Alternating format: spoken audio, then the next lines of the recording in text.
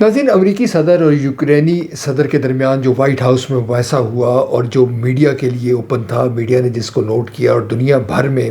اس کی جو ویڈیوز ہیں وہ وائرل ہو رہی ہے، اس میں ہمارے لیے کیا پیغام ہے؟ یہ ایک بڑا سوال ہے جس پر ہمارے جو اہل دانش ہیں اس کو غور کرنا چاہیے۔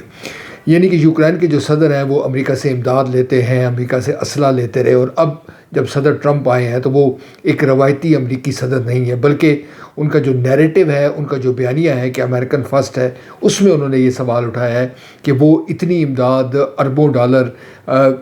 کیوں دے یوکرین کو، جبکہ یوکرین جنگ ہار رہا ہے۔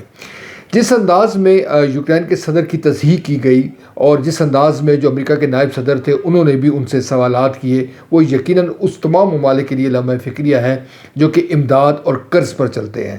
یہ معاملہ یوں بھی اہم ہے کہ اگر آپ جنگ بھی کرتے ہیں اور امداد کے سہارے چلتے ہیں اور اپنا بیانیہ دوسروں کے لیے قابل قبول کر کے چلتے ہیں، تو یقیناً کہیں نہ کہیں آپ کو کسی نہ کسی سطح پر آپ کو سبکی اٹھانی پڑتی ہے۔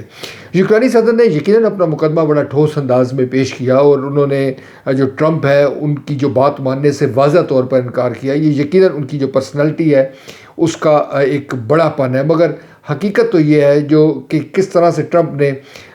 کیمروں کی موجودگی میں لائیو یوکرین کے صدر کی تجلیل کی ہے۔ جس طرح یوکرینی صدر پھر وائٹ ہاؤس سے روانہ ہوئے، وہ بھی مناظر جو ہے وہ فلم بند کیے گئے، جب وہاں پر جو یوکرین کے جو خاتون سفارتکار تھی،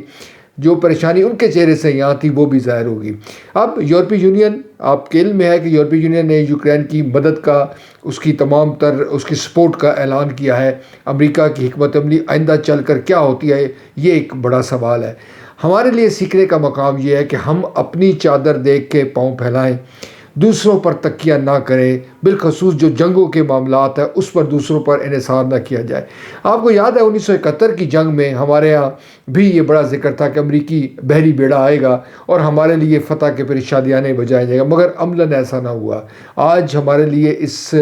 جو ہوا وائٹ ہاؤس میں ٹرمپ میں اور جو یوکرینی صدر ہے اس کے درمیان میں، کہ ہمارے لیے ایک سبق یہ ہے کہ ہم ان جنگوں سے اعتراض کریں جو دوسروں کے کندھوں پر لڑی جانی ہے۔ ہم اپنے وسائل پر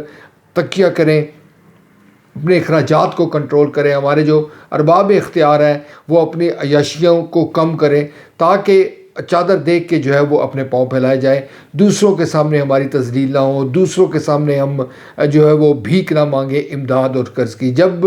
یہ ہم سیکھیں گے اور اس طرح کی حرکات نہیں کریں گے تو یقیناً ہمارا جو بھی قد کاٹ ہے وہ قوموں کی جو صفیں ہیں اس میں ہم ایک سر اٹھا کر جی سکتے ہیں۔ بصورت دیگر یہ یاد رکھیں کہ جہاں پر آج یوکرین کے صدر موجود تھے وہاں کل خدا نہ خواستہ پاکستان کی کوئی اہم شخصیات موجود نہ ہو، اور اسی طرح سے جو میڈیا کے سامنے جس طرح صدر ٹرمپ نے یوکرین کے صدر کی تذلیل کرنے کی کوشش ہے، خدا نہ کرے ہمارا بھی نمبر نہ آ جائے۔